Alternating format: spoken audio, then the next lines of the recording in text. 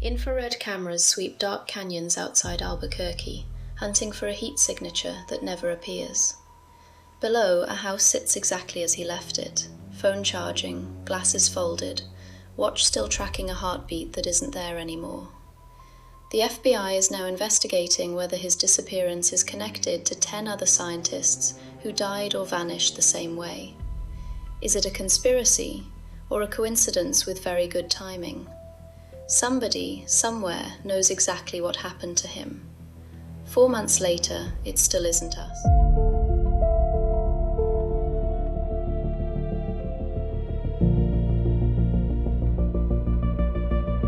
The repairman finished his work a little after 10 and let himself out. Neil McCasland actually walked him to the door, said something casual about the weather, and just went right back inside his house on Quail Run Court like it was any other totally ordinary Friday. But by noon, when his wife finally returned, the house was completely empty. His phone and his glasses were just sitting right there on the counter.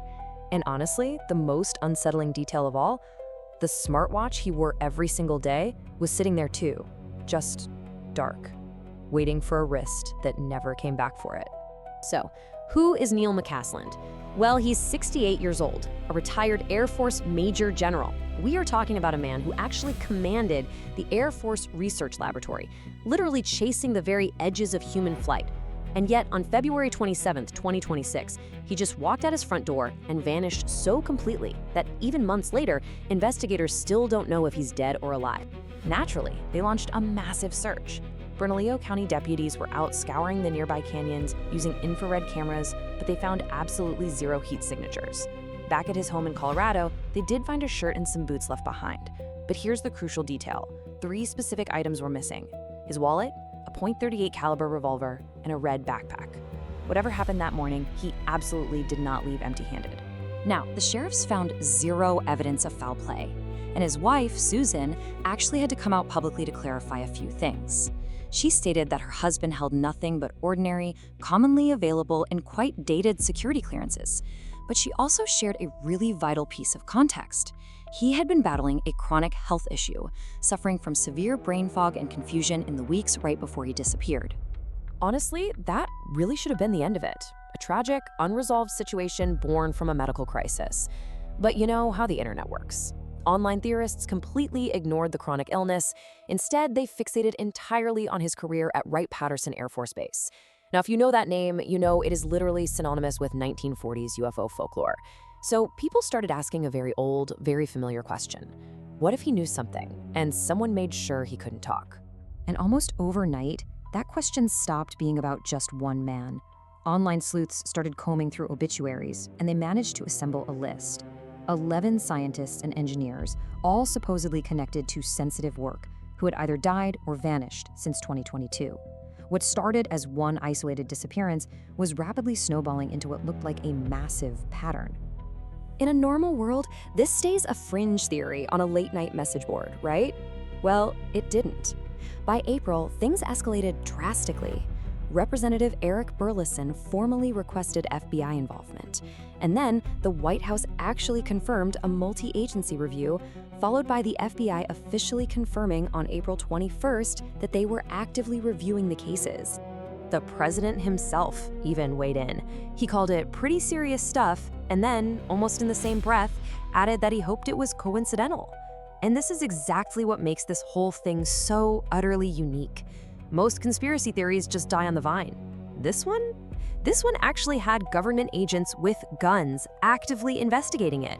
So let's actually dig into the facts here, because the entire conspiracy relies heavily on a few specific cases. Take Carl Grillmeyer, for example. He was a 67-year-old Caltech astrophysicist, a guy who quite literally hunted for water on distant planets.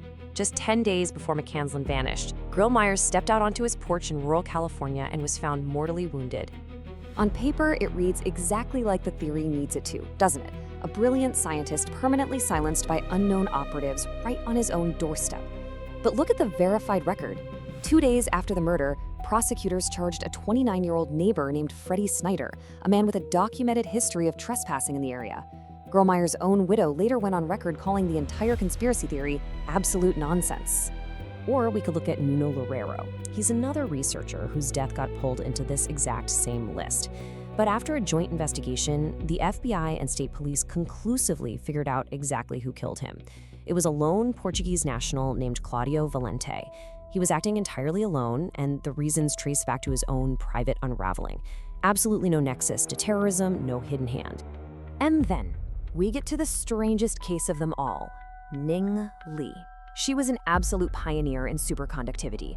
Her name sits right there inside the theory's post-2022 window, except there is a massive problem. She actually died in July 2021 of natural causes following a battle with Alzheimer's.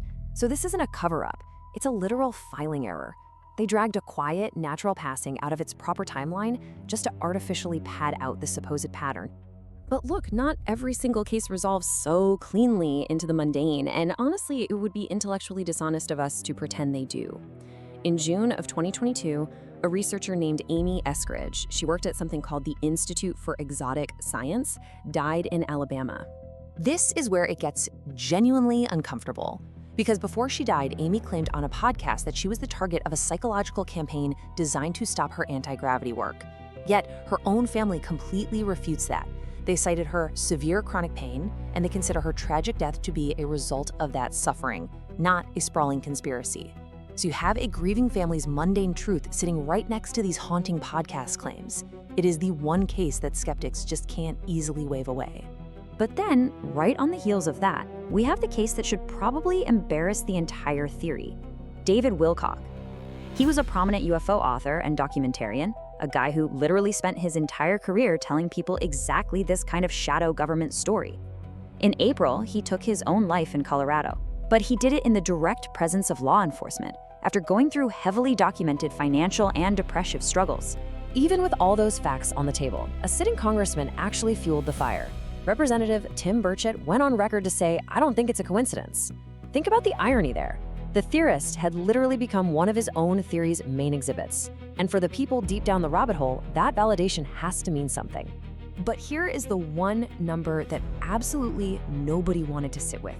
A science writer named Mick West actually took a step back and did the math on this. Across the United States, there are roughly 700,000 Americans who hold serious aerospace and nuclear-adjacent security clearances. 700,000. If you take that specific population over this exact time frame, ordinary mortality alone, we're talking heart disease, accidents, suicides, all the private griefs that eventually end every life, that baseline mortality rate would predict around 250 violent or self-inflicted deaths. So finding 10 or 11 names, that isn't a massive conspiracy. Mathematically speaking, it is exactly what you would expect to happen. Sociologists who study this kind of belief system actually have a word for it: apophenia. It is the very human, completely natural habit of finding meaning or patterns in random noise, especially once someone has explicitly told you where to look. It's like staring at clouds and seeing faces. The pattern they found isn't actually evidence of a massive cover-up. It's simply the result of refusing to stop searching until a pattern appears. So where does that leave the record, honestly? When you look at it case after case, examined closely, almost every single one comes back to something totally ordinary and usually pretty sad. A jealous neighbor, a lonely man's private breaking point, a literal filing error dragging a natural death 4 years out of place, an illness that absolutely nobody was hiding. And that's exactly why official statements from NASA all the way up to the FBI land in the exact same place. Nothing points to a coordinated threat. The honest ending here isn't some grand cinematic reveal, it's just a confirmation. Case after case turns out to be exactly what it looked like from the start. A massive, terrifying pattern built out of nothing but grief, coincidence, and internet search engines. Except for one name. The one this whole entire story started with. Because as of today, Neil McCasland is still missing. There are no remains found. There are no confirmed sightings. That missing wallet, the .38 revolver, the red backpack, they are all completely unaccounted for. Every single other name on that list eventually got an answer, leaving only a man who walked out his front door on a totally ordinary Friday and simply never came back. Every story begins with what we think we know. By the end, you may see it differently.